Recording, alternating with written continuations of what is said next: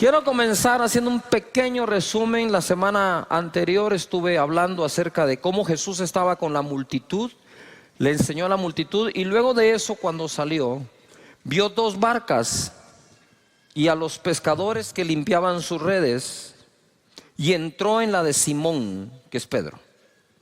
Primero, podemos sentirnos a veces parte de una multitud, y para serles francos, sentirnos parte de una multitud a veces nos hace sentir solos. Pero debemos de comprender que la multitud siguió a Jesús. De hecho, en una ocasión orando, el Espíritu de Dios me guió a encerrar en un círculo en los 4 evangelios la cantidad de gente que siguió a Jesús. Dice: toda la ciudad se agolpó, el gentío, multitudes, no poca gente.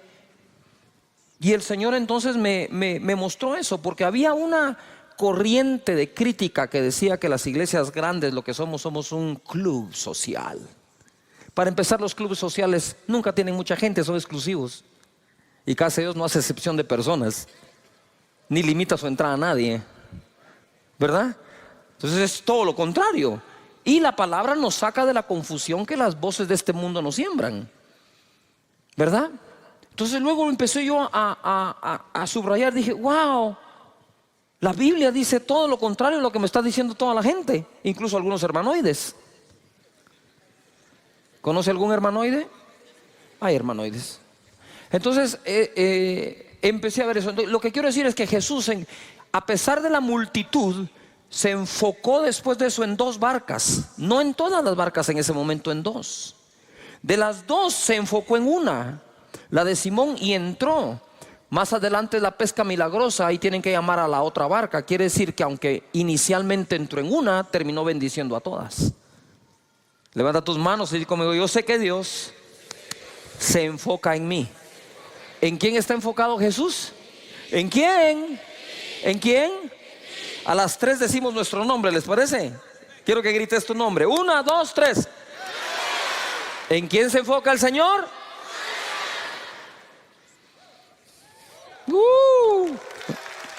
Él se enfocó. Pero después de la pesca milagrosa hay cosas que reparar. La barca se estaban hundiendo, están llenas de agua. Esas las puede reparar un pescador, un experto en barcas. Las redes se rompieron, hay que repararlas. Pero ¿quién reparaba a Pedro, que cuando hace la pesca milagrosa dice: soy un hombre pecador, apártate de mí? Las dos cosas estarían mal. ¿O qué lo hizo creer que era pecador? ¿Que no pescó nada la noche anterior? ¿No es cierto que cuando no te va bien en algo empezás a revisar tu vida? ¿En qué pequé? ¿Cuántos lo hacemos? Claro, empezamos a revisar en qué pequé, en qué pecado, qué hice mal.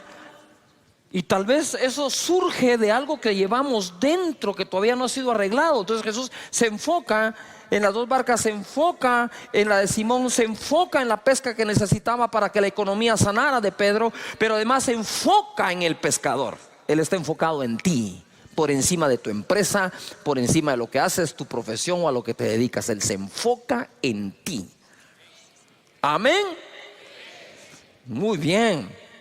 Ahora quiero entrar a otra parte que tiene que ver con todo lo de las barcas. Les dije que las barcas normalmente se usaban o para transporte de un punto a otro, o se usaban para conseguir la provisión. La pesca era una de las fuentes de ingresos más importantes en Israel, en el mar de Galilea.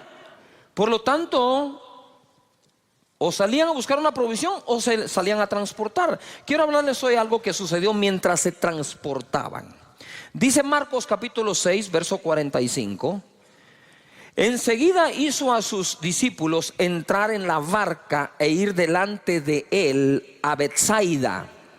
Él los hizo entrar en la barca. Se meten a la barca, se me van para Betsaida, en la otra ribera. Entre tanto que él despedía a la multitud. Y después que los hubo despedido, se fue al monte a orar. Usted sabe que yo una vez traté de despedir gente en el templo Pinula. La fila para despedirlos salía del templo, se daba la vuelta a todo el templo, pero nadie se quería despedir, todos querían oración. Yo digo: pues sí, pero ya oré, déjenme darle la mano, darle un abrazo. No, orar. Orar por el papá, por el tío, el hermano, el marido, el exmarido, el suegro, el ex suegro, la mascota, el perro, el gato, todo. Y después que los hubo despedido, se fue al monte a orar. Ojo acá. Esto es muy importante. Esto es más importante de lo que crees. No es solo cuestión de ir y orar, sino es cuestión de ocupar tiempo para bajar las revoluciones, para salir del cansancio. Y nosotros a veces no tomamos tiempo para salir del cansancio. Y hoy les voy a mostrar lo que sucede cuando no hacemos uso de ese tiempo. Dice, y al venir la noche, la barca estaba en medio del mar y él solo en tierra. Los discípulos andaban en un lado, él en otro. Y viéndolos remar con gran fatiga, todo el mundo diga fatiga, porque el viento les era contrario. Cerca de la cuarta vigilia de la noche, vino a ellos andando sobre el mar y quería adelantárseles. Viéndole ellos andar sobre el mar, pensaron que era un fantasma y gritaron. Otra versión dice, y gritaron de miedo, porque todos le veían y se turbaron. Pero enseguida habló con ellos y le dijo, tened ánimo, yo soy, no temáis, mi presencia siempre está contigo. Eso es lo que les estaba diciendo él. No teman, yo soy, aquí estoy, tranquilos. Y subió a ellos en la barca y se calmó el viento.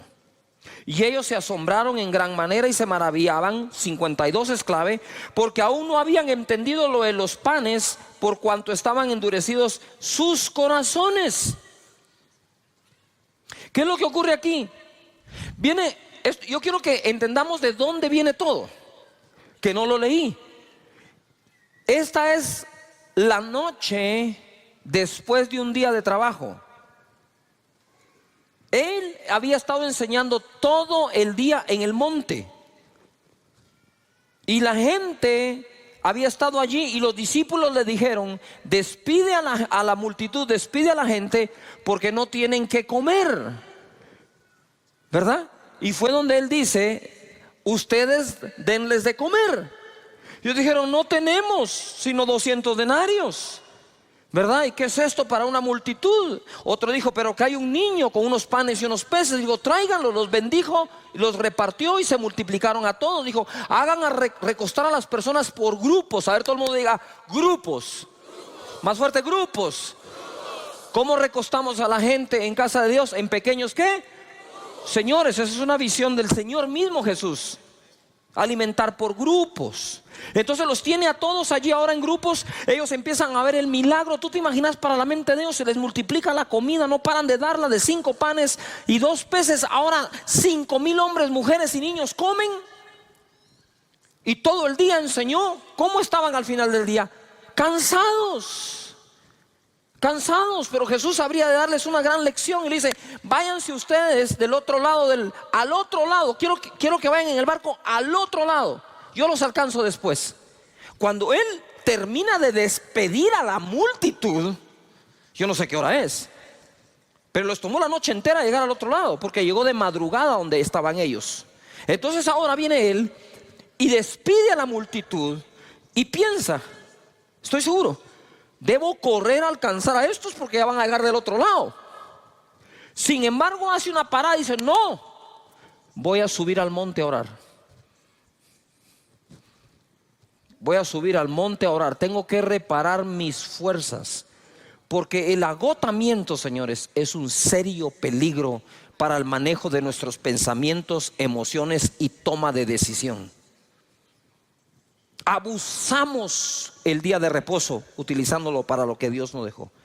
Dios te dice 6 días trabaja, 1 no me trabajas. Y Jesús lo aplicó. Si tú quieres seguirlo 7 días dándole, dale. Nada más te voy a recomendar que vayas donde los psicólogos a que te den una tu terapia y que te saquen de donde te vas a meter. Yuhu. Jesús trabajaba duro, pero nunca se quemó. Entonces, nota esto. Primero se transportan. Él dice que se les quiso adelantar. Como todo líder, ¿verdad? Necesita ir adelante a veces. Y él se les quiso adelantar. Pero creo que cuando vio la situación dijo, aquí no vale la pena que me adelante, mejor me lo subo al bote ellos también. Ahora, ojo acá. Ellos están allí y dice la palabra que cuando Jesús los vio, ellos estaban fatigados. Diga de nuevo, fatiga. Espérame, ellos no estaban cansados. Ellos estaban, ¿qué? ¿Cómo estaban? Fatigados. Tenían una fatiga. Y dice una gran fatiga. Porque estaban remando. Pero estaban remando contra el viento. Nunca va a ser lo mismo remar con el viento a favor que remar con el viento en contra. Y nosotros tenemos épocas en donde el viento sopla a nuestro favor y épocas en donde el viento sopla en contra, no a nuestro favor, en contra nuestra. En contra de la familia, en contra de tu persona, en contra de tu llamado, en contra de tu servicio, en contra de tu servicio profesional, en contra de tu oficina. Y hay vientos que son contrarios, vientos en la economía, vientos en la política, vientos en cualquier tipo. Se crean ambientes en donde remar cuesta mucho. Ahora ellos estaban fatigados y llega Jesús y dice la palabra que se espantaron. Ellos creían que era un fantasma. Cuando estás fatigado, cuando no has hecho tiempo para meditar en su palabra, para reposar en él, lo que es tu salvación, tú lo miras como una amenaza. Lo que es el Salvador, tú lo miras como un fantasma. Así solemos verlo, porque la fatiga, el cansancio, incluso emocional, distorsiona la manera en que podemos ver las cosas. ¿De qué manera veo? Muchas veces veo de acuerdo al estado de ánimo que tengo. Nosotros muchas veces, aunque no querramos, en nuestra naturaleza respondemos desde nuestro estado de ánimo. Tenía una conversación con alguien con el estado de ánimo bajo y decís, uy, esto va contra el viento. Entonces, viento en contra, remando. Lo hubieran aguantado mejor si no hubieran pasado el día entero sirviendo. Pero es que pasaron todo el día sirviendo a 5,000 hombres, más mujeres, más niños. Y todavía encima de eso iban confundidos porque no habían entendido todavía lo de los panes y los peces. Mira, hay milagros que no entendemos cómo van a pasar y otros milagros que no entendemos cómo pasaron. No sé cómo pasó, pero pasó, bendito sea Dios. Y aquí yo creo que iban pensando, remando, remando. Imagínate ese agotamiento. Tengo un agotamiento mental, un agotamiento físico, el viento está en contra. Empiezo a querer cualquier cosa, no voy a llegar a la orilla, se va a hundir la barca, peor si viene una tormenta, aquí ya no tenemos cómo, que no nos agarre mal parado este día. Y empezás a hacer el listado de cosas, pero de pronto llega el Señor y encima de eso es un fantasma. Cuando estás agotado mentalmente y físicamente, empezás a ver cosas negativas donde no lo hay. No me quieren, no me aman, me abandonan. El grupo, el líder, la vigilia, uy, qué tanto trabajo. Y empezás, y quizás nada de eso está malo, sino que estás respondiendo desde tu corazón que está afectado por agotamiento. Venid a mí, dice, los que estéis trabajados y cansados, yo los haré descansar. Él es el Dios del descanso. No por trabajar más se prospera más, ni por servir más las cosas salen mejor. Pero si podemos tomar ese tiempo que Jesús les quería dar, que Jesús se tomó el tiempo. Dijo, no, yo sé que los tengo que alcanzar, pero ahora es tiempo de ir a buscar al Padre, de adorarlo, de recuperar fuerzas. El ánimo hay que recuperarlo, y entonces los alcanzó. Resumen, Jesús los mandó en avanzada al otro lado, lo cual no era una distancia corta. Despedir a la multitud no debió ser fácil, ya que eran los que recibieron el milagro de los panes y los peces. Él se apartó a orar, a reponer sus fuerzas en Dios. lo que todos deberíamos hacer para no quemarnos. Con el viento en contra, ellos se fatigaron. Con la fatiga, se espantaron y gritaron de miedo. Cuando se está agotado, las cosas no suelen verse como realmente son, sino lo que parece llegar para salvarnos lo vemos como un fantasma. Cuando estamos agotados, nos confundimos y nos turbamos. Jesús dice: ánimo, yo soy. ¿Qué habían perdido? El ánimo, que viene de ánima, que viene de alma. Estaban perdiendo su alma de tan cansados que estaban. ¿De qué nos sirve ganar el mundo si perdemos el alma? Yuhu. Pero Él siempre estará contigo y calmará los vientos.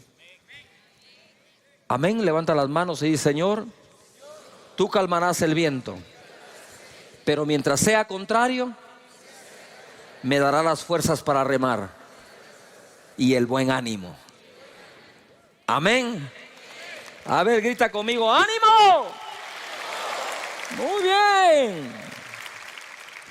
Mateo 14, verso 26. Esto es lo mismo narrado por otro de los evangelistas. Y los discípulos, viéndole andar sobre el mar, se turbaron, se confundieron, diciendo: ¡un fantasma! Y dieron voces de miedo. Pero enseguida Jesús les habló diciendo: tened ánimo, yo soy, no temáis. Entonces le respondió Pedro y dijo: Señor, si eres tú, manda que yo vaya a ti sobre las aguas. Mira Pedro, agotado, cansado. Yo creo que dijo: estos compañeros míos no reman nada, no voy a ir a ningún lado, mejor me bajo y corro yo solo. ¿Se vale la propuesta o no? ¿Yujo? Claro que se vale la propuesta. Cabe. Y él le dijo: ven. Y descendiendo Pedro de la barca, andaba sobre las aguas para ir a Jesús. Pero al ver el fuerte viento, ¿qué tuvo? Ya tenían miedo. Dice que gritaron de miedo. Ya casi se recupera y ahora vuelve al miedo. A veces el miedo se nos quita como por 2 minutos nomás. Pero al ver el fuerte viento tuvo miedo y comenzando a hundirse dio voces, porque cuando uno se está hundiendo, créame que grita, diciendo: Señor, sálvame. Al momento Jesús, extendiendo la mano, asió de él y le dijo: hombre de poca fe, ¿por qué dudaste? Y cuando ellos subieron a la barca, se calmó el viento. Entonces los que estaban en la barca vinieron y le adoraron, diciendo: verdaderamente eres hijo de Dios. ¿Ah? Pero no era fantasma, pues. Lo que tú hoy ves como un fantasma, lo que te asusta, es lo mismo que después vas a ver tú, que era el Señor que estaba ahí contigo. No te va a dejar. Ahora nota algo, les hablé del enfoque de la multitud. 2 barcas, de las 2 barcas la de Simón. Pesca milagrosa, reparar la barca, reparar las redes, reparar a Simón.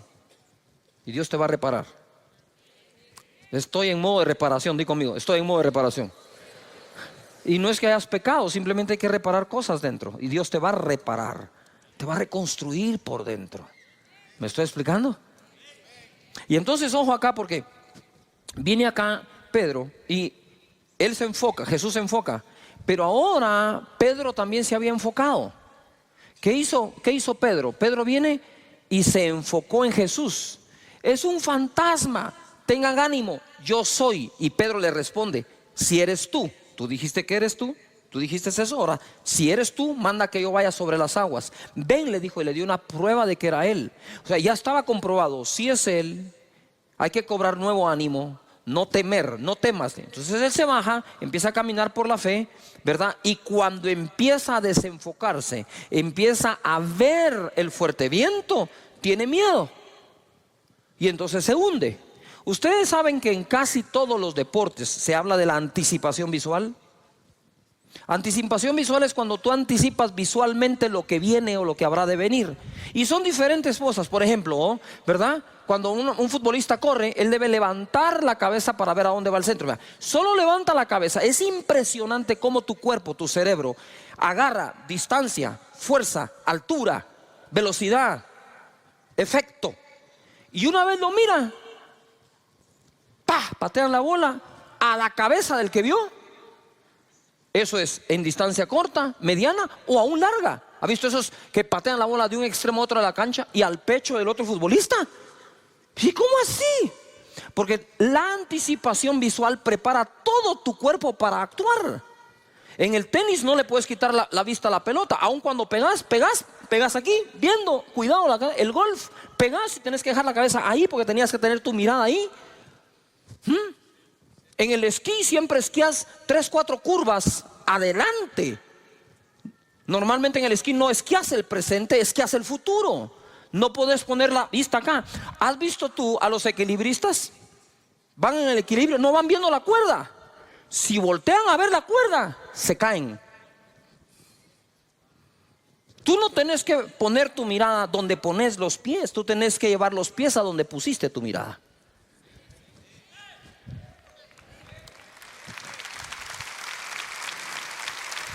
Donde pongas tu mirada, los pies van a responder. Entonces siempre se nos dice, por ejemplo, tú vas a caminar, tú no caminas así. Tú mirás y caminás. Pedro vio a Jesús y caminó. Pedro vio la tormenta y se hundió. Las dos cosas las tenés presentes. ¿Tenés una tormenta o un viento fuerte? Contrario, sí lo tenés. Y tenés a Jesús. Pero sí te digo algo, no puedes ver las dos. Porque el efecto, ¿sí?, de ver una es uno y de ver la otra es otro. Si miras a Jesús, seguirás caminando. Si miras la tormenta, podrías hundirte. No sé si me estoy explicando acá. ¿Sí me explico? Igual. En el esquí, lo peor que puedes hacer es voltear a ver los esquís. Si bajas tu mirada al esquí, que te recojan en un árbol. ¿Por qué? Porque si tú vas viendo acá, tú no miras a dónde vas. Y cuando sentís, tenés la roca, tenés el árbol, tenés otra persona. Y cuando querés reaccionar, ¿sí?, no reacciona bien tu cuerpo y es de donde vienen todas las lesiones. O la mayoría. Hoy vamos a aprender esto. Jesús está enfocado en ti. Levanta las manos y conmigo. Dios está enfocado en mí. Pero no basta el enfoque de uno. Necesitamos el enfoque del otro. Si Jesús se enfoca en ti, tú te enfocas en Él. En otras palabras, crucen miradas. Cruzan miradas. Pitcher y catcher cruzan señales. El pitcher no va a disparar lo que el catcher no le insinuó que debe hacer. Y de la misma manera, nosotros podemos caminar en medio de cualquier viento, por fuerte y contrario que sea, siempre y cuando nuestra mirada esté en lo que se debe ver.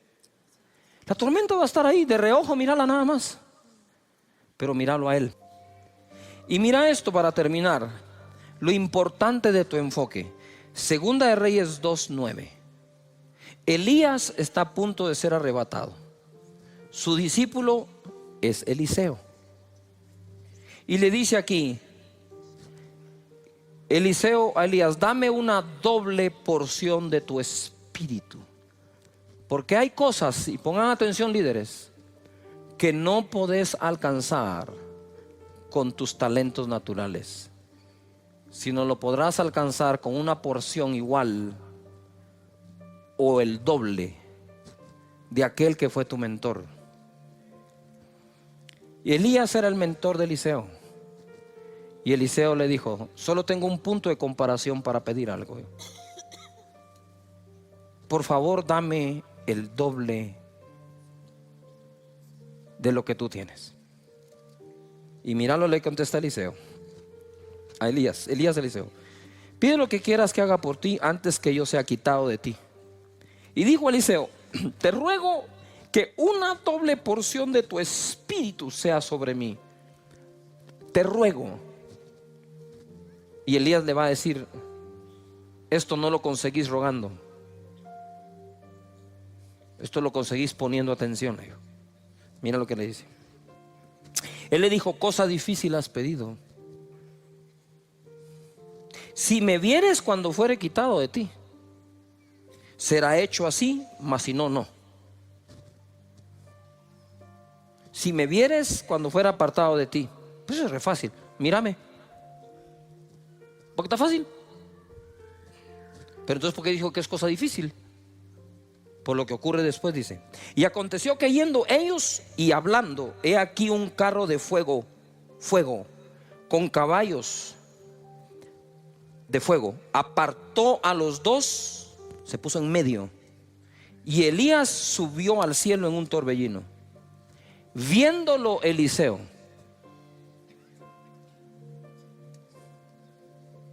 cuando aparece el carro de fuego en medio, cuando aparece la prueba de fuego en medio, podrías perder tu enfoque. Pero creo que Eliseo decía: no importa cuánto me arden los ojos, cuánto el fuego está ardiendo, tengo que seguir, debo ver a Elías, porque fue lo que me dijo. En medio de la tormenta, Pedro tenía que haber dicho: tengo que ver a Jesús. Puesto los ojos en el autor y consumador de la fe. Y Moisés se sostuvo como viendo al invisible.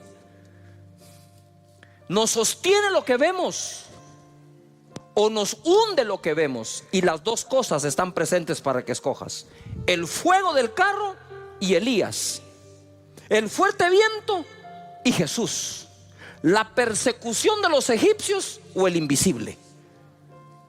Siempre estarán las dos opciones para que escojas.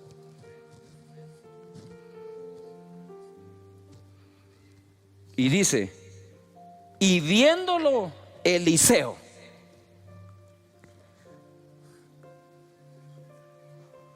¿Cuántos van a poner su mirada en Jesús todo el tiempo?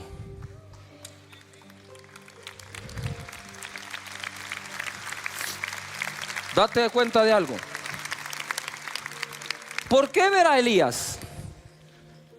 ¿Por qué ver a Elías si fue el miedoso que se fue a esconder en una cueva ante la amenaza de una mujer?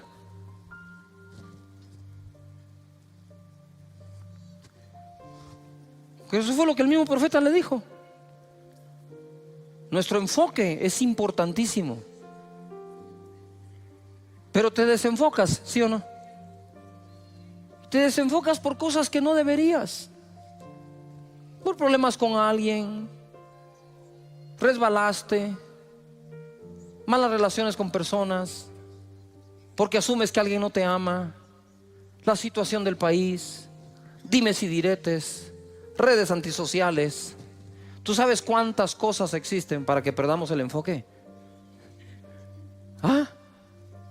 Mira, en la barca o fuera de la barca, no apartes tu mirada de Jesús.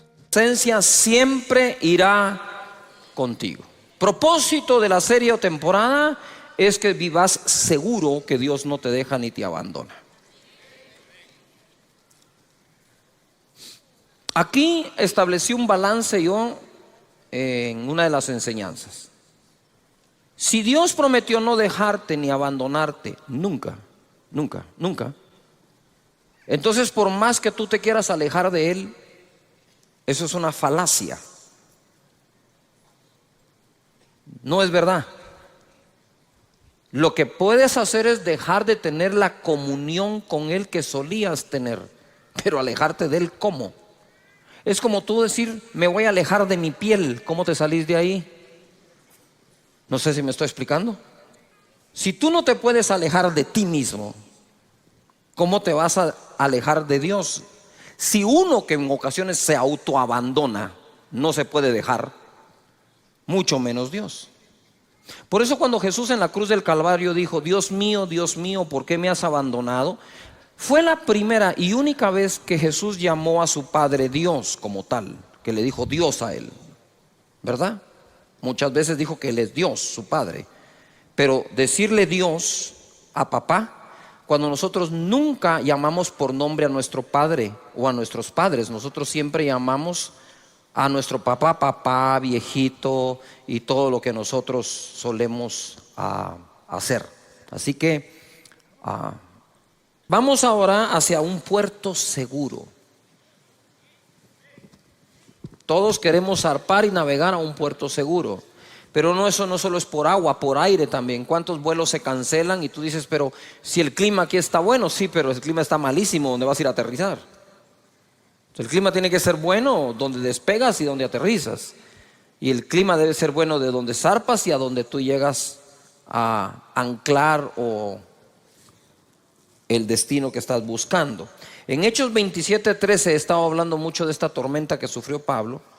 Dice en el verso 23: pues anoche se me apareció un ángel enviado por el Dios a quien pertenezco y sirvo, y me dijo: no tengas miedo, Pablo, porque tienes que presentarte ante el emperador romano, y por tu causa va a librar de la muerte a todos los que están contigo en el barco. Por tanto, señores, anímense, porque tengo confianza en Dios y estoy seguro de que las cosas sucederán como el ángel me dijo. Terminamos hablando acerca del propósito. Los vientos eran contrarios, pero al final fueron favorables. Y hay vientos que son contrarios a nuestra vida, que terminan siendo favorables. Son vientos que al final nos favorecen. Lo que pasa es que durante la tormenta no estamos pensando que lo que nos está pasando pueda ser favorable, pero está escrito que todas las cosas ayudan a bien a los que aman a Dios, a los que han sido llamados de acuerdo a su propósito. Quisiera que en voz alta digas propósito. Si Dios tiene un propósito para ti con los planes de bien y no de mal, para hacerte al final el bien que estás esperando, debes de reposar, descansar, confiar plenamente en que hasta los vientos contrarios te llevan al puerto seguro, que es donde Dios te quiere tener, que es lo que Dios quiere hacer. Entonces ahora vemos acá, ellos se tuvieron que dejar llevar porque ya no pudieron, era demasiado el viento, y por más timón que tenían, pues había que agarrar para donde el viento los estaba llevando, ¿no? Aún así, por impetuoso que sea el viento, podés controlarlo con un timón. Todas las grandes naves tienen timón. Así que confía en el propósito de Dios. Confía que hay cosas que parecen malas pero te llevan a bien. Todo ayuda bien a los que aman a Dios. Y quiero hacer un paréntesis acá. Muchos de ustedes tienen una profesión. ¿Cuántos tienen una profesión definida? Te hayas graduado o no, pero estás ejerciendo una profesión. Quiero ver a todos los que tenemos una profesión. Mira cuánto profesional. Que no te engañe tu profesión, hombre. Porque cuando fallan las cosas en tu profesión, querés meter a Dios en la profesión, en lugar de preguntarle a Dios qué otra cosa podés hacer. No sé si me estoy explicando. Eres dentista, te quiebras la mano, no la puedes volver a mover. ¿Qué vas a hacer? Pues te vas a tener que inventar algo. Ah, no, esto que es lo que yo sé hacer. Porque la profesión, cuando por fin la tienes, te amplía el horizonte. Más adelante dice, de aquí no pasás. Es la fe lo que nos saca adelante, por encima de la profesión. Porque no siempre se termina ejerciendo la que uno estudió toda la vida. La vida puede cambiar. Hay circunstancias que nunca escogimos nosotros y nos llegan del puro aire, como decimos. Entonces la fe detona la capacidad de adaptación que nosotros podamos tener en esta vida. Pero si tu mente está allí, es más, tu mente no, te lo voy a hablar claro, tu orgullo está allí en lo que más sabes hacer, pero lo que más sabes hacer no te está dando de comer, aprendí a hacer otra cosa por la fe. Y ojo, al rato te va mejor, ¿verdad? Muy bien. Santiago capítulo 3 verso 2 nos va a hablar del timón de la nave. ¿Cuál es el timón de la nave? Santiago 3:2 dice: porque todos ofendemos muchas veces. A ver, ¿cuántos de ustedes alguna vez han sido ofendidos por alguien? Quiero ver la mano. Todos los que han sido ofendidos. ¿Cuántos de ustedes han ofendido a alguien? Quiero ver todos los que hemos ofendido a alguien. Deje la mano ahí levantada. Si usted ofendió sin querer, la mayoría de las veces, levánteme la otra mano. ¿Por qué no piensa así cuando lo ofenden? ¿Ya se dio cuenta que todos aceptamos que la mayoría de las veces ofendimos sin querer? Pero cuando nos ofenden no es sin querer, ¿va? Lo planeó. Tengo que encontrar la libreta donde lo he escrito. Y empezás con esa tu teoría de conspiración. El timón de la nave dice: todos ofendemos muchas veces. Si todos ofendemos muchas veces, la inteligencia emocional bien desarrollada es vital. Aprender a perdonar y dejar eso en el pasado. Si alguno no ofende en palabra, este es varón perfecto, capaz también de refrenar todo el cuerpo. Quiere decir que si puedo llegar a refrenar mi boca, puedo refrenar todo. He aquí nosotros ponemos freno en la boca de los caballos para que nos obedezcan y dirijamos así todo el cuerpo. Mirad también las naves, aunque tan grandes y llevadas de impetuosos vientos, son gobernadas con un muy pequeño timón por donde el que las gobierna quiere. Yo quisiera que me pongan algunas fotografías de ejemplos de timón. Muy bien, ustedes pueden ver ahí es un avión gigante. Pero ustedes saben ahora, la vez pasada me entraron a una cabina para que viera. Ustedes pueden ver ahora el timón. Sí, es un pequeño stick. Cuando yo entré y vi eso dije: ¿y con eso vas a manejar este chunche? Sí, me dijo. Y la verdad, ni con esto, me dijo. Apacha un botón y esto despega, vuela y aterriza solo. Y entonces, ¿para qué te pagan a vos? Le dije: pues por si no funciona. Pero uno entra a un avión de ese tamaño y mira, dice uno: ¿qué pasó con el timón? Este es el timón ahora. ¿Cómo puede llevar usted el control de un avión que puede llegar casi a la velocidad del sonido con ese pequeño timoncito? Pues así es.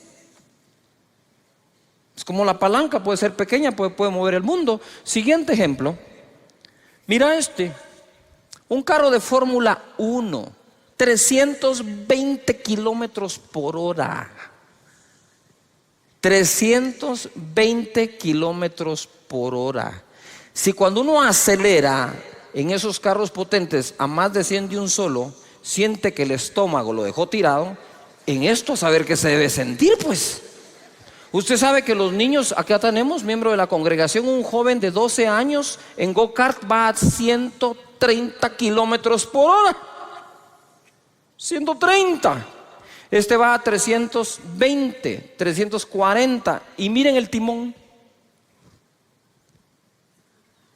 Y en ese timón lleva el control de todo. Pero deje ese gran carro con potencia. Lo más seguro es que usted tenga un auto que ya le sube volumen al radio, que verdad que ya le apacha unos botoncitos, ya lleva más controles. O sea, como que el control no lo dejan en el timón, el gobierno de la nave. Aquí hay otro ejemplo, ¿verdad? Caballo. Ahí está, el freno. Así que no siempre funciona esa onda del freno, ¿verdad? Pero no podemos negar que con eso se guía a un caballo. Y aún toda bestia animal puede ser domesticada por el hombre. Dice la palabra acá que es gobernada por un pequeño timón por donde el que las gobierna quiere. Levanta las manos y di conmigo: yo puedo llegar a gobernar mi vida por donde yo quiero.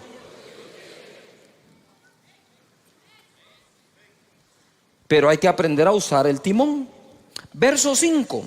Así también la lengua es un miembro pequeño, ¿verdad? Aunque nosotros siempre tenemos a un amigo que es lengua larga, ¿verdad? Lengua viperina. Pero ¿qué lengua es este, ¿verdad? Así también la lengua es un miembro pequeño, pero se jacta de grandes cosas. Es decir, es capaz de hacer grandes cosas. He aquí cuán grande bosque enciende un pequeño fuego. Basta un buen fosforazo para quemar el bosque entero. Y la lengua es un fuego. Miren lo que es la lengua. La de todos. Si no entendemos la definición que las escrituras le dan, no vamos a saber qué hacer con ella. Y dice, la lengua es un fuego, un mundo de maldad. ¡Yujú! La lengua está puesta entre nuestros miembros y contamina todo el cuerpo. Quiere decir que hay cosas que le pasan a nuestro cuerpo culpa del uso de la lengua. E inflama la rueda de la creación. ¡Yujú! Y ella misma es inflamada por el infierno. Cuando uno lee este verso le dan ganas de arrancarlo, ¿verdad? No de subrayarlo, sino de tacharlo, porque de verdad es muy fuerte. Pequeño verso que me está diciendo, la creación es inflamada por la lengua, pero la lengua es inflamada a su vez por el infierno. Por eso dice que es un mundo de ¿qué? Maldad. ¿Qué es lo que quiero decir con eso? Es, si nosotros comprendemos y aceptamos esto, entenderemos la importancia de su uso. ¿A cuántos han metido en problemas por un lenguazo, como decimos, verdad? ¿Sí? Y la otra pregunta es, ¿en cuántos problemas te has metido cuando has dicho algo? También. Entonces hay que aprender a hacer uso de eso, hasta en las comunicaciones, porque nos comunicamos hablando, aunque tenemos lenguaje corporal, por supuesto. Pero ¿cuándo fue la última vez que no resolvimos un conflicto con nuestra pareja, con nuestros hijos, con nuestra familia, porque usamos malas palabras, porque las ponemos donde no van, porque las entonamos como no queríamos? ¿Cuántas veces nosotros hemos dicho, uy, no, eso no es lo que quiero decir, eso no era lo que quería decir, yo no te dije eso? ¿Cuántas veces hacemos eso? La pregunta que te quiero hacer hoy es, para que la meditemos, ¿hasta dónde te ha llevado eso? ¿Hasta dónde te puede llevar eso? ¿A la destrucción de una relación? ¿De una amistad? ¿De un país? ¿Acaso no fue a través de palabras que nos han querido destruir? Palabras sacadas de contexto. La lengua, que es un mundo de ¿qué? De maldad. Pero es así.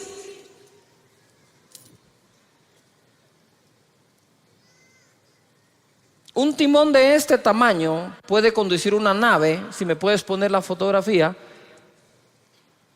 del barco, ¿sí? Un pequeño timón puede conducir todo un buque. Por lo tanto, esta pieza es muy importante. No la puedes desconectar, no hay manera de que tomes el rumbo. Entonces, ¿qué es lo que quiero decir? Es que el rumbo de nuestra vida al final está en nuestra boca. Dice la Escritura que el hombre come del fruto de sus labios. Por lo tanto, aprender a hablar no se trata de que aprenda a hablar el que se presenta en público. Debemos hablar en público aquellos que sabemos hablar en privado o sostener una conversación con una persona.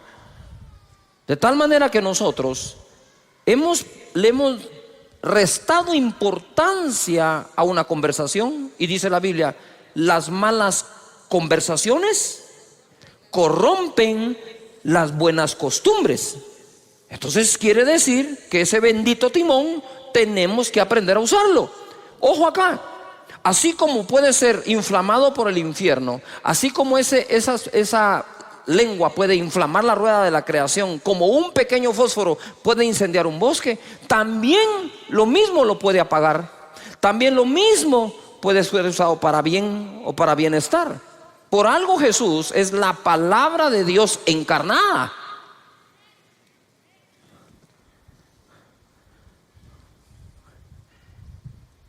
Importante entonces el uso de las palabras y la manera en que nosotros las usamos o hablamos. Verso 7.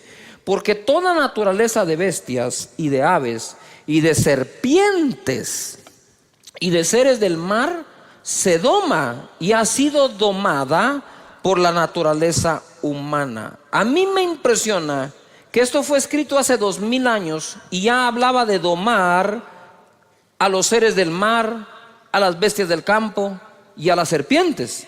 O sea, eso que nosotros vemos en unos acuarios con delfines amaestrados, eso ya existía. Tal vez no lo ponían en un lugar, pero que dice que se doman hasta los seres del mar. Pero ningún hombre puede domar la lengua, que es un mal que no puede ser refrenado, llena de veneno mortal. ¿Llena de qué? Veneno mortal. Algunos venenos actúan inmediatamente, ¿no? Pero hay otros que quedan ahí y van intoxicándolo a uno hasta que lo destruyen. Piensa, posiblemente algunas de las cosas que llevas dentro, heridas, traumas, tuvieron que ver con una conversación, más que con un hecho. Porque dejó escrito aquí el apóstol Santiago que tiene veneno mortal. Ahora quiero establecer un balance acá. Dice, todas las bestias, animales, seres, aves, peces, es domado. Pero ningún hombre puede domar la lengua. Pero date cuenta que cuando en el contexto está hablando de domar un ser ajeno a uno. Yo no puedo domar tu lengua. Pero sabemos que sí podemos dominar la propia. Porque entonces perderíamos esperanza y de nada sirve que Santiago escriba esto. O sea, si no tenemos esperanza con nuestra propia lengua, entonces ¿para qué leer esto? ¿Qué sentido tiene? Solo nos está dando la información que estamos amolados y seguiremos igual. Lo que está diciendo acá es, tú puedes domar un delfín, tú puedes domar una ballena, tú puedes domar un águila, tú puedes domar una serpiente, tú no puedes domar una lengua. ¿Cuál lengua? La del otro. Tú no tienes control sobre las palabras que el otro va a decir, pero tú puedes tener dominio sobre las palabras que tú vas a usar. Jesús lo demostró. Amén. Luego dice acá, con ella, por eso está aquí, con ella bendecimos al Dios y Padre. Con ella maldecimos a los hombres, ojo, que están hechos a la semejanza de Dios. Entonces yo me ponía a meditar, si yo puedo respetar a Dios, ¿por qué no puedo respetar a lo que más se asemeja a Él? Si respeto al Creador, debo respetar a la criatura. Si respeto al Creador, debo respetar la creación. Si la mejor forma de llegar a ser ecológico es respetar al Creador de la ecología. ¿Me estoy explicando acá? Porque si respeto al Creador, voy a respetar su creación. Si hablo bien del Creador, ¿por qué no hablar bien de la criatura? Si no hay persona a la que no se le encuentre alguna virtud y se pueda hablar bien de él. Pero si la costumbre es encontrar el defecto para hablar del defecto, entonces no estamos tomando dominio sobre el timón de nuestra vida. Siempre que has hablado mal de una persona, o cuando hablamos mal de alguien y aún no nos consta, ni a nosotros nos queda buen sabor. Pero cuando hablas bien de alguien, ¿cómo te sentís? Te sentís bien, Te sentiste incluso que le hiciste un bien a una persona, que el que te oyó se fue con un agrado. Qué feo es sentarse con una persona que siempre está hablando mal de algo o mal de alguien. Uno no quiere estar sentado ahí en un momento y dice, ay, qué feo está esta onda, ¿verdad? Es como que te sirvan comida agria. Entonces dice aquí la escritura, con ella bendecimos a Dios, pero con ella maldecimos a los hombres. Y esto es lo que me llamó la atención y lo subrayé, que están hechos a la semejanza de Dios. Entonces, si yo hablo bien de Dios y bendigo a Dios, debería otorgarle una bendición semejante al que está hecho o creado de forma semejante. No sé si me estoy explicando. Voy a tratar de hacerlo de nuevo. Si yo bendigo a Dios, entonces con una bendición semejante a la que le doy a Él, voy a bendecir al que está creado semejante a Él. ¿Me expliqué? Pero si estamos creados semejantes a Dios, ¿por qué vamos a hablar de los semejantes a Dios como que estuvieran totalmente retirados de Él?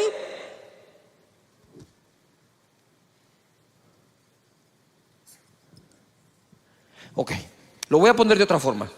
Si tú eres como creación lo más semejante a Dios, mi comentario acerca de ti debe ser lo más semejante al comentario que hago de Dios.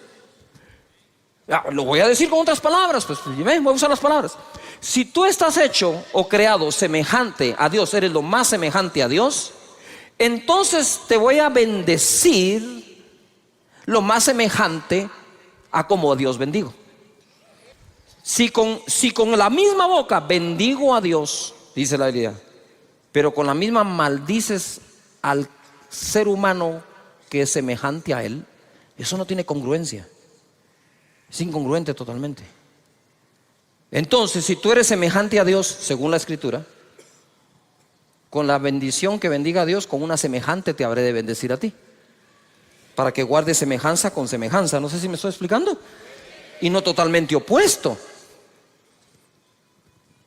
Mucho de lo que le decimos a la gente tiene que ver con lo que creemos de la gente. Importante. Dice acá, de una misma boca proceden bendición y maldición. Hermanos míos, esto no debe ser así. Lo cual entonces, esta frase vendría a contradecir lo que hace un momento dije del domar la lengua. Si dice, de una misma boca sale bendición o maldición, no debe ser así, entonces está hablando al dominio de la propia boca. Y cuando dice que no se puede domar la lengua, está hablando de la lengua del otro. No sé si me estoy explicando. Porque si él dice esto no debe ser así, lo que está diciendo es que de nuestra boca debería salir ¿qué? Bendición. Aunque les voy a poner un caso hoy un poco contradictorio acá, para que sepan el poder que tiene la boca. Amén. Ahora, este contexto que no puede salir bendición y maldición, el contexto donde quedó escrito es no poder bendecir a Dios y maldecir a los hombres. ¡Yujú! ¿Sí? ¿Estamos de acuerdo? Y dice acá, ¿acaso alguna fuente hecha por una misma abertura agua dulce y amarga? Hermanos míos, ¿puede acaso la higuera producir aceitunas o la vid higos? Así también ninguna fuente puede dar agua salada y dulce. Sin embargo, vemos que la dan. La nave tenía su propio timón. Ya contra el viento y el mar violento, los navegantes no pudieron dirigirla, sino quedar a la deriva. Apareció otro timón. Pongan atención, apareció otro timón, el de la palabra que el ángel les llevó. Y Pablo dijo, atracaremos en una isla y nadie perecerá. El timón que llevaba el capitán, llegó un momento que no importaba para dónde giraba, el viento era muy fuerte. Pensaban que iban a morir, pero apareció el verdadero timón de ese momento de la nave, que iba a ser la palabra que salió de la boca de Dios. ¿Me estoy explicando? Deja que la palabra de Dios, sus principios, sus valores y sus promesas te dirijan a un buen puerto y a un puerto seguro. De esa manera, nosotros podemos ver que apareció otro timón. Mateo 12, 33, 37. Para nosotros poder tener un mejor timón, lo debemos de saber conectar.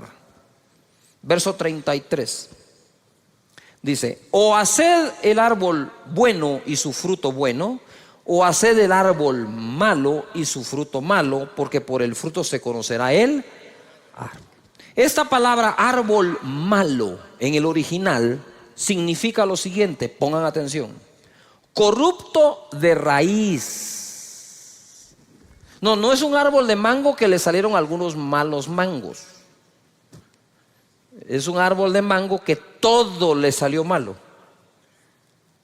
Entonces el problema ya no fue un mango, el problema es el árbol completo. Entonces cuando habla aquí del árbol malo, no habla de un árbol que pueda tener defectos como tú y yo, habla de un árbol que es malo de raíz. Corrupto de raíz, podrido, malo, de pobre calidad, no apto para ser útil, indigno. Para que nosotros no emitamos juicios que no debemos.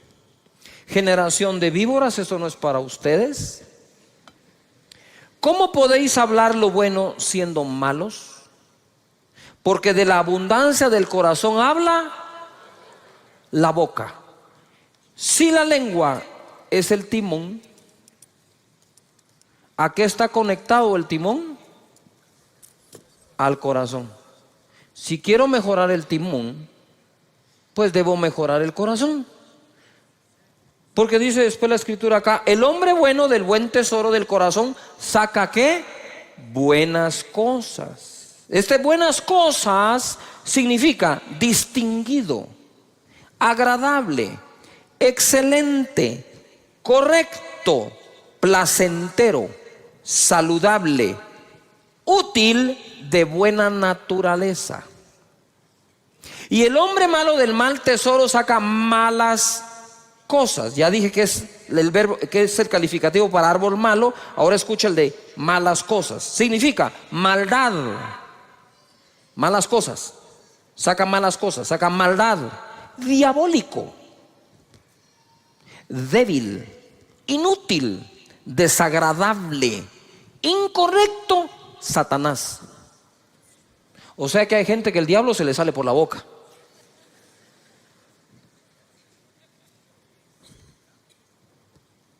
Mas yo os digo que de toda palabra ociosa que hablen los hombres, de ella darán cuenta en el día del juicio. Ociosa significa inútil, pereza, infructuoso, no productivo. Verso 37, porque por tus palabras serás justificado y por tus palabras serás ¿qué? Condenado.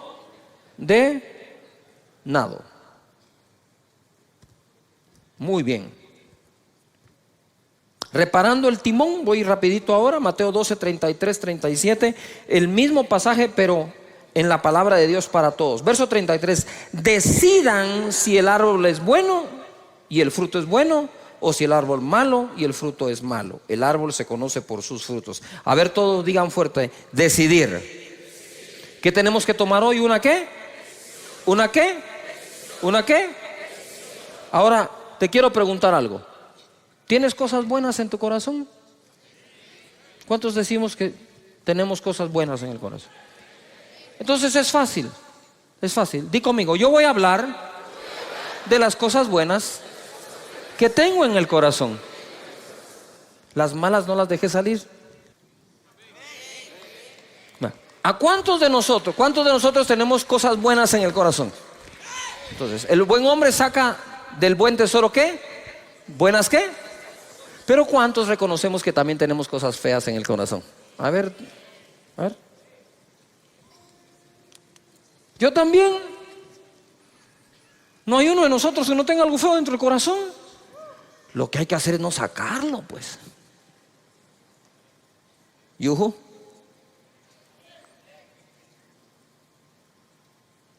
Tratarlo, sanarlo.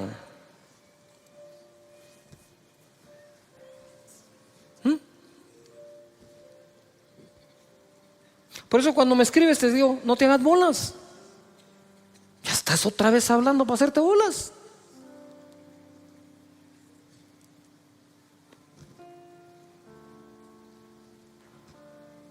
¿Yuju? Claro que sí. La vez pasada iba jugando con unos amigos, hice un mal tiro y los amigos me decían, decilo, me decían. Saca esa palabrota. No, hombre, ni siquiera la estoy pensando. Pero si le agarra a pensar, lo que hay que hacer es procurar no sacarla. Todavía están acá. Porque todos tenemos cosas buenas y cosas malas dentro. Pero entonces dejemos que fluyan las buenas y abstengámonos de hablar de las malas. ¿Podríamos aplicar eso a las demás personas? ¿Sabes algo bueno de alguien? De eso habla de él. Si otro va a hacer el trabajo sucio, déjalo que sea otro, pero no tu boca. Amén. Porque debemos de bendecir a Dios. ¿Y bendecir a qué? A los hombres. Y sigo, ¿estamos de acuerdo? 34, partida de víboras, dice acá. ¿Cómo pueden ustedes hablar lo bueno siendo tan malos? Lo que uno dice muestra lo que uno es en su corazón. ¿Yuju? Lo que uno dice muestra lo que uno es. El que es bueno lo es en su interior y habla de lo que tiene allí. De igual manera el malo lo es en su interior y habla de lo que tiene allí.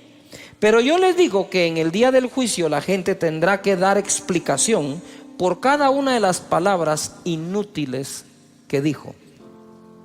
Las palabras que dijiste servirán para juzgarte, ellas te aprobarán o te condenarán. Efesios capítulo 4 verso 29 en la versión lenguaje actual dice: no digan malas palabras. Y dice, mira, al contrario, digan siempre cosas buenas que ayuden a los demás a crecer espiritualmente, pues eso es muy necesario. No hagan que se ponga triste el Espíritu Santo de Dios. Si algo pone triste al Espíritu es el uso de las palabras. Y por último voy a ir a esto, un controversial ejemplo. Por el amor de Dios, no se me vayan. ¿Sí? Todavía déjenme terminar esto porque quiero cerrar la serie con broche de oro. En Marcos capítulo 11 verso 21, bájame un poquito. Dice, entonces Pedro acercándose le dijo: maestro, mira la higuera que... ¿La higuera que qué? La higuera que qué se ha secado. ¿Tú creerías que Jesús maldijo?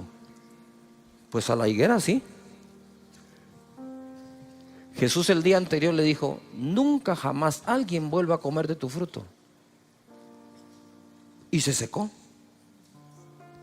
Quiero que tomen en cuenta esto, porque esto es muy poderoso.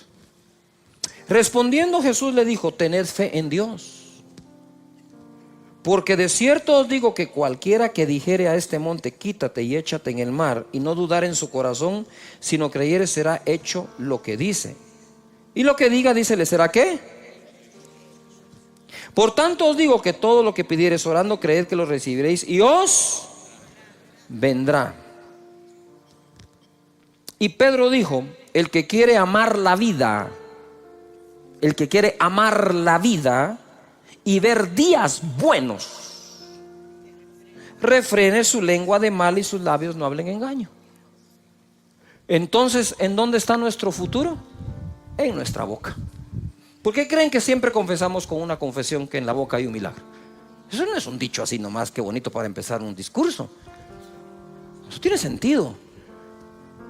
Y ahí todos los domingos te lo repito, voy a hablar palabras de bien y no de mal, de salud, no de enfermedad, de riqueza, no de pobreza, de bendición, no de maldición, porque en mi boca está el control.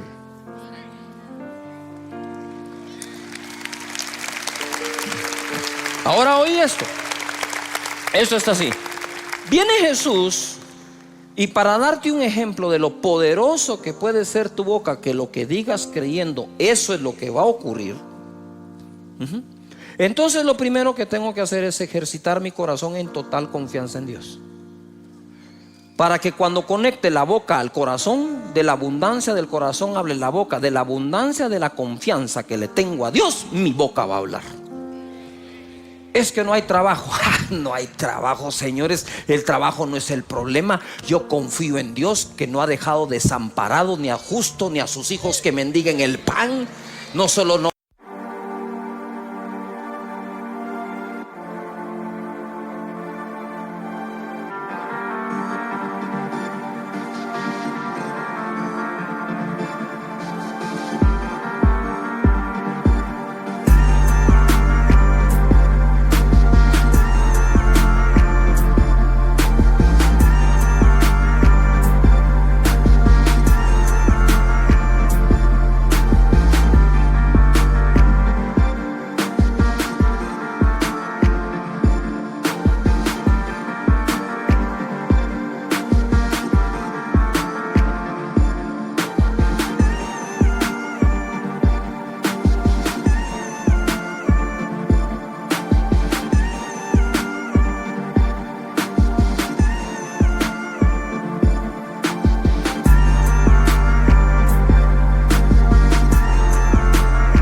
Si no hay trabajo, va a haber abundancia de pan en la casa de mi padre. Eso es lo que hay. Pero ¿por qué sale eso? Porque adentro hay confianza. Pero cuando adentro hay una desconfianza hasta en Dios, habiéndote leído esos 233,000 escrituras, porque el corazón vive con tanta desconfianza, que cuando viene la prueba, desde la desconfianza usas el timón. ¿Y a dónde te va a llevar el timón? A ese puerto inseguro. Pero cuando tenés total confianza en Dios y sus promesas, y como dijo mi hijo hace unos cuantos domingos, dijo: Dios tiene planes de bien y no de mal. Pero por encima de confiar que el plan es bueno, hay que confiar que el planificador es mejor. Por eso Pablo decía: todas las cosas ayudan a bien a los que aman a Dios, a los que han sido llamados de acuerdo a su propósito. Él pudo decir eso no porque un ángel se lo dijo. Él pudo decir eso porque, habiendo tenido vientos contrarios, llegó al puerto donde debía ir. Llegó a una isla donde incluso una serpiente lo mordió. Y no hay serpiente que te vaya a detener del cumplimiento de tu propósito en esta vida. Ahora voy, ¿verdad? Mejorar el corazón. ¿Cómo puedo mejorar el corazón? Lo que llevo adentro, meditando. Dios es bueno, su misericordia es para siempre, su gracia es sobreabundante, nunca me ha dejado, nunca me dejará. Cuando tenés esa confianza, el timón se compone. Y por último, ¿por qué puse ahí un ejemplo controversial? Porque para decirte que todo lo que digas creyendo que lo recibiréis vendrá, el ejemplo que puso fue la maldición de una higuera, no la bendición. Él no llegó donde una higuera seca y le dijo: para mañana tendrás fruto, y lo puso por ejemplo. ¿Por qué puso por ejemplo la maldición? Para que cuides tu boca. Porque así como se cumple lo bueno que decís, se puede cumplir lo malo. ¿Cuántas veces pasé yo por ese pasaje y no me detuve a meditar que fue una maldición la que usó de ejemplo? La maldición de una higuera. Entonces lo que te está diciendo es: hey, ten cuidado, porque tu boca es tan poderosa para secar una higuera que podría secar tu negocio, que podría secar tu familia, que podría secar tu grupo, que podría secar tu nación, por andar hablando lo que no tenés que hablar. Mejor hacer fructificar tu familia, fructificar tu nación, fructificar tu negocio. Porque al fin y al cabo la Biblia dice que el hombre come del fruto de sus labios. Cuando tú entres a tu trabajo, a tu comercio, vas a tener que hablar palabras conmigo: Señor, hazme sabio para elegir sabios. Amén. Si uno no es sabio, ¿cómo reconoce al sabio?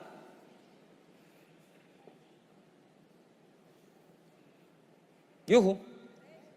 Tenemos que ser sabios, porque si somos sabios es porque tenemos sabiduría, y entonces a través de la sabiduría reconoces la sabiduría en otros.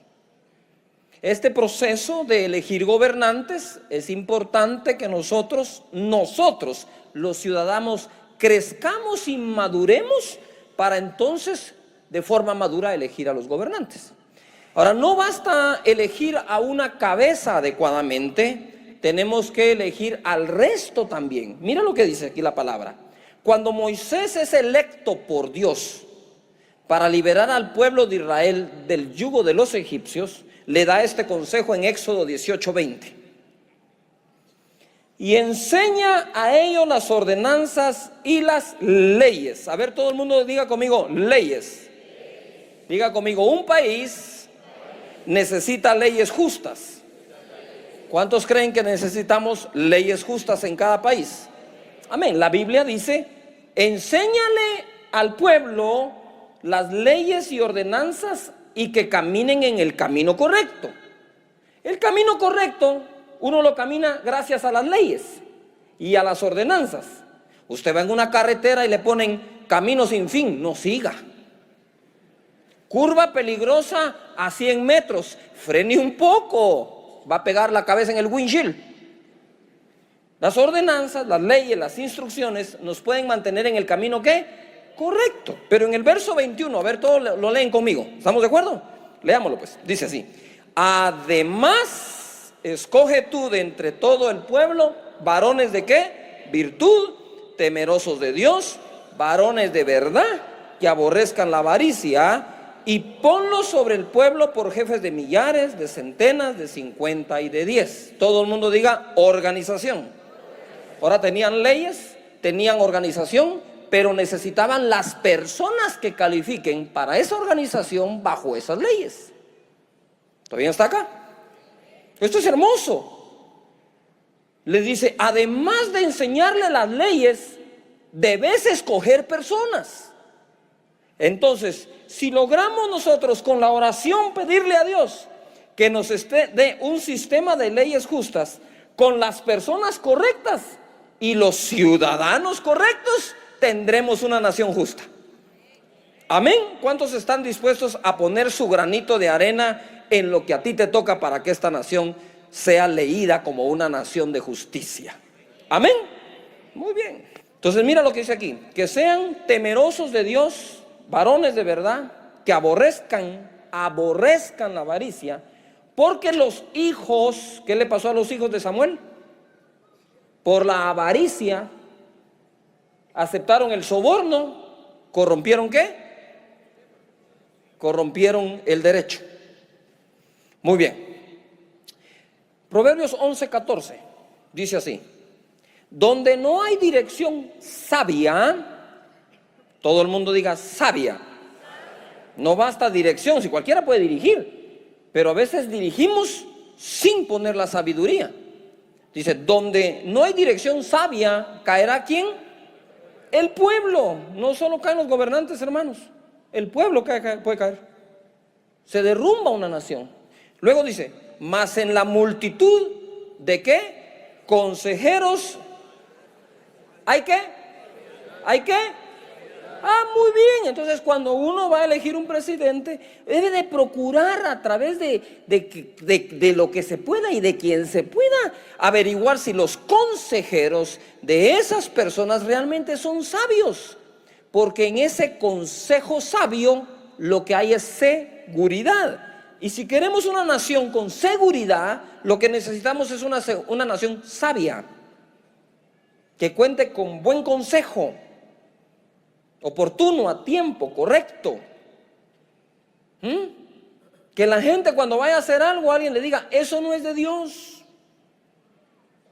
Y el otro va a decir, pero eso conviene. Aunque convenga, no importa que convenga. Si no es de Dios, no. Porque el principio de la sabiduría es el temor de Jehová. Si no tememos a Dios, no podemos gobernar. ¿Cómo así temer a Dios? Es un respeto a Dios, porque la tierra, la plenitud y todo lo que en ella hay, ¿sí? El propietario es Dios. Si el propietario es Dios, a Dios le vamos a dar ¿qué? Las cuentas.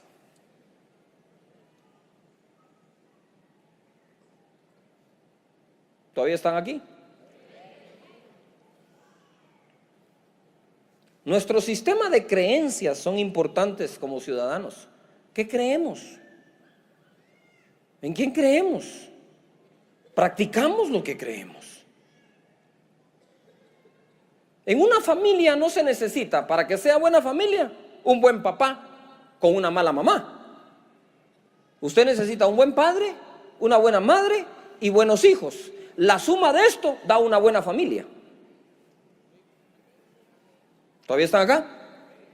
Pero no basta que uno sea el bueno. No, tienen que ser todos los que hagan lo correcto. Entonces, ¿cuál es la vida espiritual de una familia? Es la sumatoria de la vida espiritual de cada individuo de dicha familia. ¿Cuál es la vida que Guatemala va a tener? La sumatoria de la calidad de vida que todos podamos desarrollar. Ciudadanos y gobernantes, los dos juntos, construyendo una mejor nación, un mejor país. En Primera de Reyes, capítulo 3, verso 7, se pone esto más que hermoso. Me gusta esto.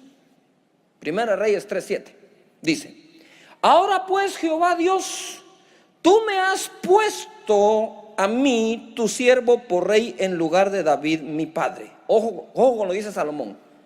Salomón no dice, como soy el hijo, a mí me toca pues. No, dijo, Jehová me puso, porque aún siendo el hijo, Jehová podría no ponerme. ¿O no le pasó eso al hijo de Saúl? Al que le tocaba gobernar después de Saúl fue a Jonatán. Pero Dios no puso a Jonatán, fue a poner a David. Entonces Salomón no se jacta de ser hijo de David, sino dice, fue Jehová el que me puso a mí. Y cuando Dios se le aparece en el sueño, le dice Dios, pídeme lo que quieras. Pongan atención a esto. Él es hijo de David.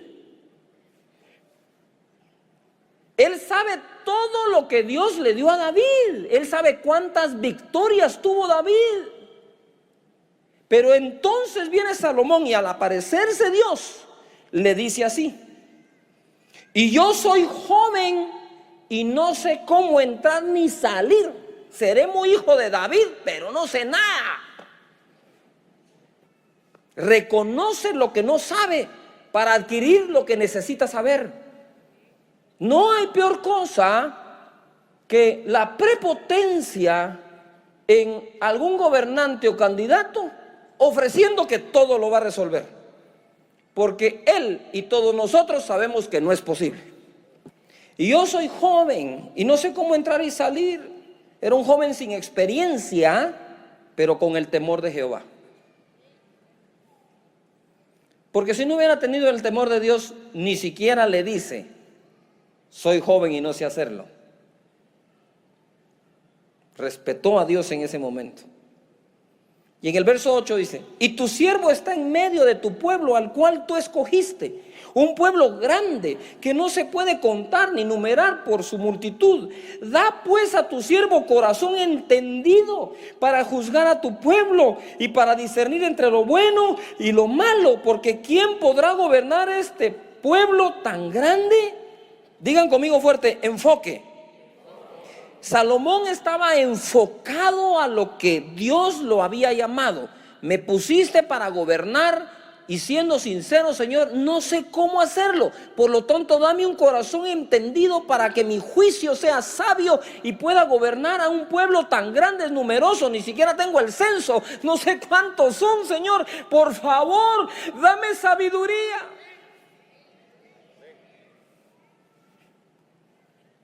Y agradóle delante del Señor que Salomón pidiese esto, y le dijo Dios, porque has demandado esto y no pediste para ti muchos días, ni pediste para ti riquezas, ni pediste la vida de tus enemigos, sino que demandaste para ti inteligencia para oír juicio He aquí lo he hecho conforme a tus palabras. He aquí que te he dado corazón sabio y entendido, tanto que no ha habido antes de ti otro como tú, ni después de ti se levantará otro como tú. 13. Y aún también te he dado las cosas que no pediste, riquezas y gloria, de tal manera que entre los reyes ninguno haya como tú en todos tus días. Ponga atención. ¿Qué le pasó a los hijos de Samuel? Fueron presos de la avaricia, soborno, corrompieron ¿qué? El derecho, porque lo que andaban buscando en el cargo era ¿qué? Riqueza. Y cuando Salomón le pide sabiduría para hacer su oficio y su trabajo bien, entonces Dios le dice, además te daré la riqueza. Dios encuentre para este país gente deseosa de gobernar verdaderamente con sabiduría y que no se preocupe de sus riquezas, porque si a Dios obedece, también le dará riquezas. También lo va a bendecir.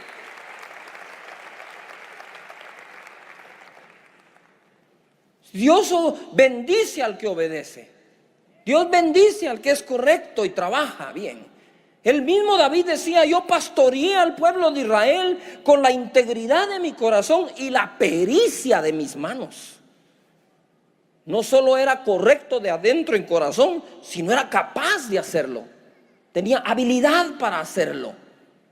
El Señor quiere levantar este país y los países de la gente que nos ve. Verso 14, ahora se pone algo que yo estoy seguro que no habían visto. Está muy ahí escondidito, pero es hermoso de verdad. Dice, y si anduvieres en mis caminos guardando mis estatutos y mis mandamientos como anduvo David tu padre, yo alargaré tus días. Cuando Salomón despertó, vio que era sueño y vino a Jerusalén, ojo, y se presentó delante del arca del pacto de Jehová. Y sacrificó holocaustos y ofreció sacrificios de paz e hizo también banquetes a sus siervos. Eso fue lo que hizo Salomón. Vino delante de Jehová y presentó su sacrificio y sus ofrendas a Dios, al Dios de Israel, al Dios de su país, Jehová. Es de conocimiento de muchos, de que muchos gobernantes del mundo, no solo este país, no han consultado a Dios, no han bendecido su nombre, no han honrado a su nombre. Antes bien han consultado a brujos y han dejado que brujería entre a esas esferas. No se trata solamente de gente correcta, sino gente con el Dios correcto, que amen a Dios sobre todas las cosas. Levanta las manos y di conmigo, en esta nación se va a adorar al Señor. Amén. Así es, hay que adorar al Señor. Con esto, jamás te quiero decir que es por evangélicos que hay que votar. Porque hay evangélicos que hay que ver cómo cantan, pero no tienen temor de Jehová en sus corazones. Hay gente que no canta mucho, pero realmente tiene temor adentro del Señor y quiere hacer las cosas bien hechas. Que cuando le proponen decisiones y cosas, dicen, no, momento, no. Vos, pero si esta está buena, sí, pero es incorrecta. Eso no le agrada a Dios. Vamos a hacer las cosas que a Dios le agradan. En otras palabras, el temor de Dios es, no se pase de inteligente, pues.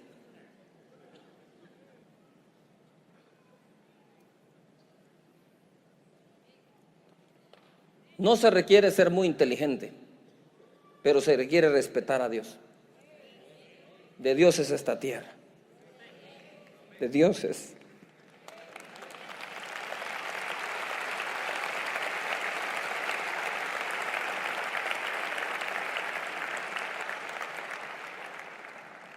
Mira lo que dice Primera de Reyes 3:16, el siguiente versículo. Y ahora agárrese la silla porque esto se pone fenomenal.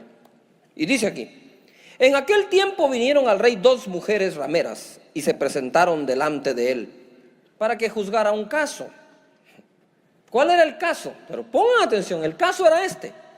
Llegan las 2 rameras y una le cuenta la historia. Mira, le dice, yo tuve un bebé, a los pocos días mi compañera tuvo su bebé, y pasado un tiempo una de ellas se durmió sobre su bebé y murió.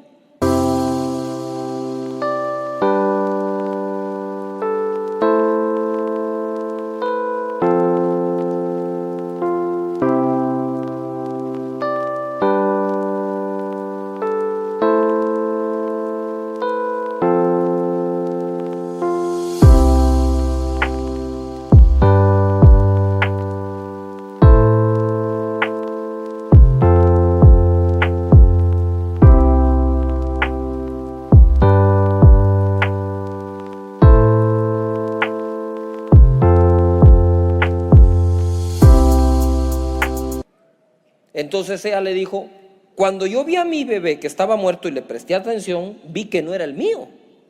A mí me cambiaron el bebé, ¿verdad?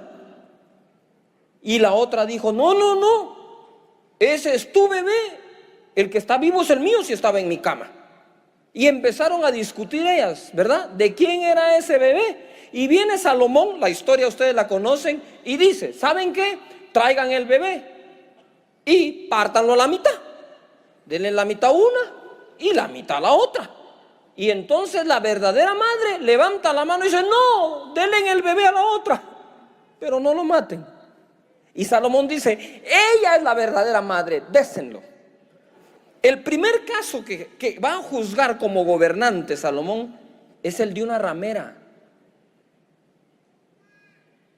¿Quién le haría hoy justicia a una prostituta?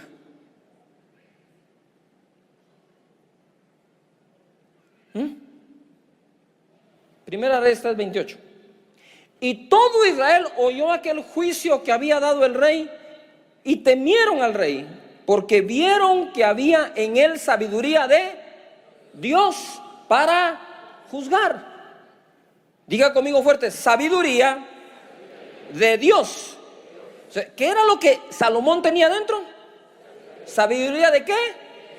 Esa sabiduría de Dios no desechó a la ramera, sino que le dijo, te haré un juicio justo. Ven. Y juzgó Salomón. Que esa sabiduría que Dios le dé a Salomón le sea concedida a todos aquellos que estén en cargos públicos de gobierno, que se lo estén pidiendo con corazón sincero al Señor, y tendremos una mejor nación.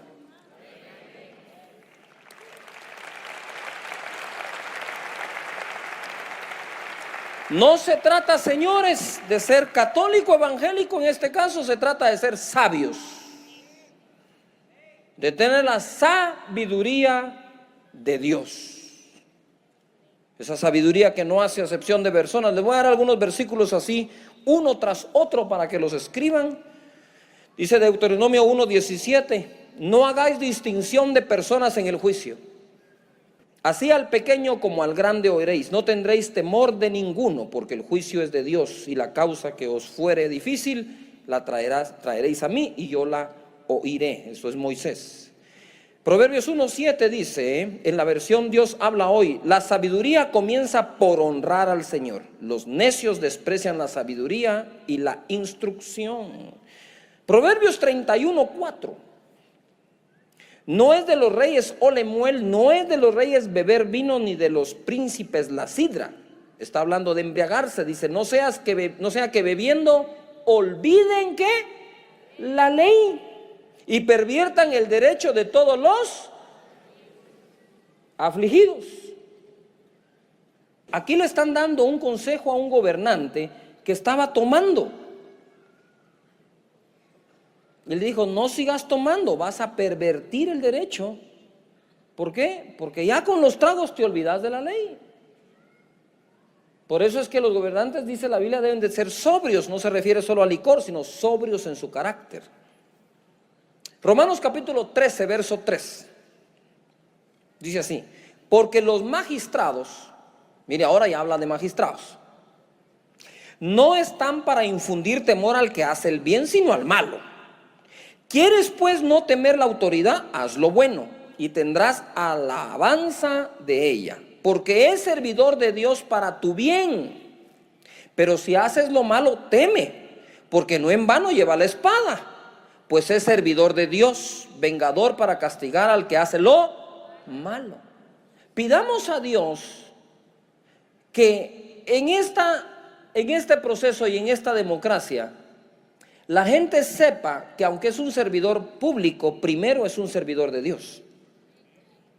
Porque las naciones son de Dios. Que sepan que es a Dios a quien sirven para entregar a Él un mejor país, una mejor nación y mejores personas. De hecho, los gobernantes son los que nos deberían dar los mejores consejos para vivir.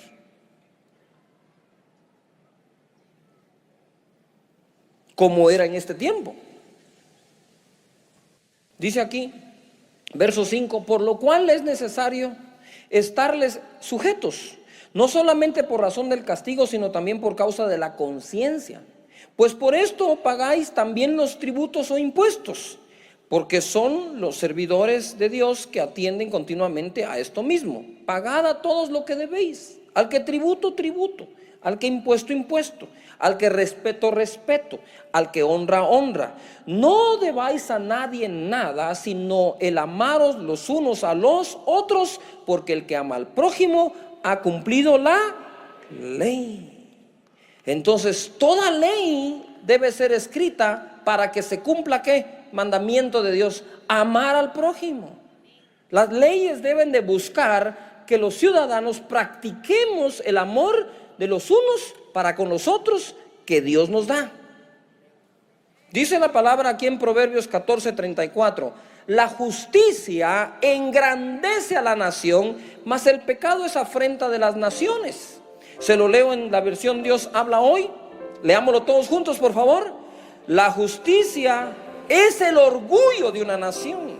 El pecado es su vergüenza. Levanten las manos y digan, Señor, danos una nación donde exista la justicia y eso sea nuestro orgullo. Amén. Muy bien. Eclesiastés capítulo 10, verso 16. Ay de ti, tierra, cuando tu rey es muchacho y tus príncipes banquetean de mañana. Bienaventurada tu tierra cuando tu rey es hijo de nobles y tus príncipes comen a su hora para reponer sus fuerzas y no para beber. Este mismo verso en la versión Dios habla hoy dice, dichoso el país que tiene un rey honorable y en el que los gobernantes comen a la hora de vida para reponer sus fuerzas y no para emborracharse.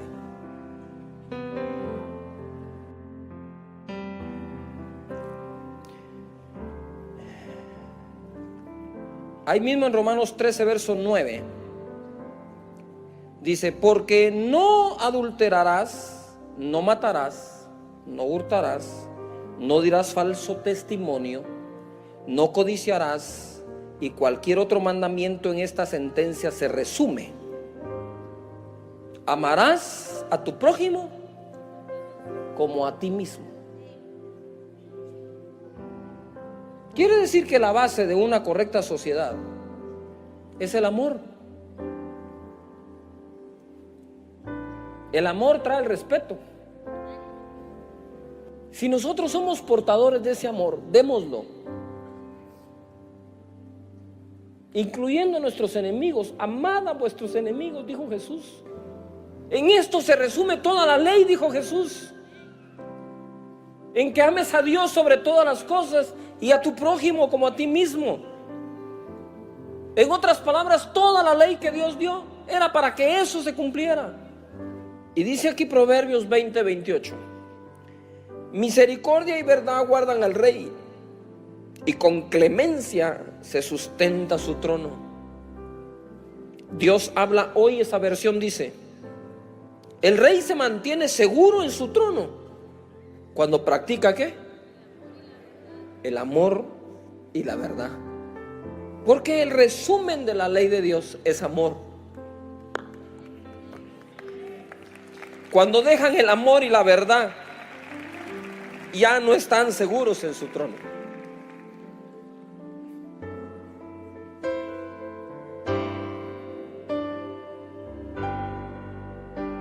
¿Qué tenemos que practicar? El amor y qué?